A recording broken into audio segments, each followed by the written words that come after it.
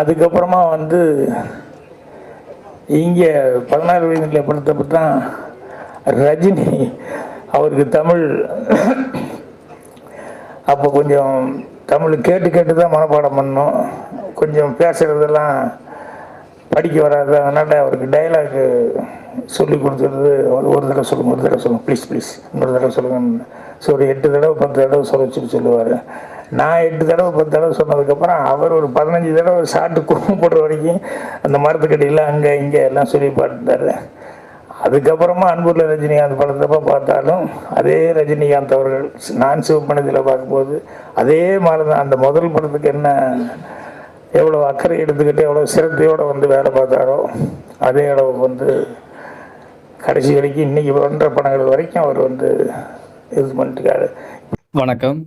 K Bhagyaraj அவர்கள் அந்த மறைவு தமிழ் சினிமாவில் மிகப்பெரிய சோகத்தில் ஆழ்த்தியது.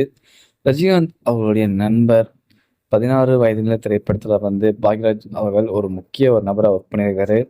சூப்பர் ஸ்டார் ரஜினிகாந்த் அவர்கள் நம் தலைவர் அவர் பார்த்தீங்கன்னா வந்து 16 வயதில் திரைப்படத்தில் வில்லன் ரோல் பண்ணியிருப்பார்.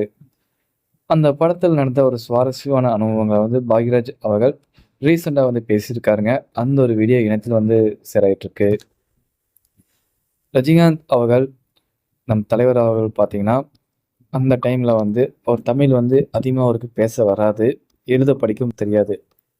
அப்படி இருக்கும்போது பார்த்தீங்கன்னா பாக்யராஜ் அவர்கிட்ட வந்து அந்த டைலாகை வந்து நீங்கள் சொல்லுங்கள், நீங்கள் படிச்சு காமிங்க அப்படிங்கிற மாதிரி ரிப்பீட்டடாக கேட்பாரு. அண்டு ஒரு 8 டைம்ல 10 டைம்லாச்சு கேட்டுட்டு அப்புறம் வந்து பார்த்தீங்கன்னா அவர் வந்து பார்த்தீங்கன்னா அதை வந்து சொல்லி நடித்து பார்ப்பாரு. அதுக்கப்புறம் தான் வந்து தலைவர் வந்து ஸ்க்ரீனில் வந்து கேமராமேன் நடிப்பார் அப்படிங்கிற மாதிரி பாக்யராஜ் அவர்கள் சொல்லுகிறார். இது வந்து பார்த்தீங்கன்னா 16 வயதினர் திரைப்படத்தில் வந்து இப்போ வரைக்குமே ரஜினிகாந்த் அவர்கள் அந்த டெடிக்கேஷன் வந்து பண்ணிட்டு இருக்காரு. ஸோ வந்து அந்த படத்துக்கு வந்து பார்த்தீங்கன்னா வந்து நார்மலாக ஒரு படம், ஒரு புது படம் இல்லாமல் ஃபஸ்ட்டு படம் எப்படி நடிக்கிறாரோ அதே மாதிரி இப்பவும் பார்த்தீங்கன்னா அதே பழக்கத்தோடு இருக்காரு.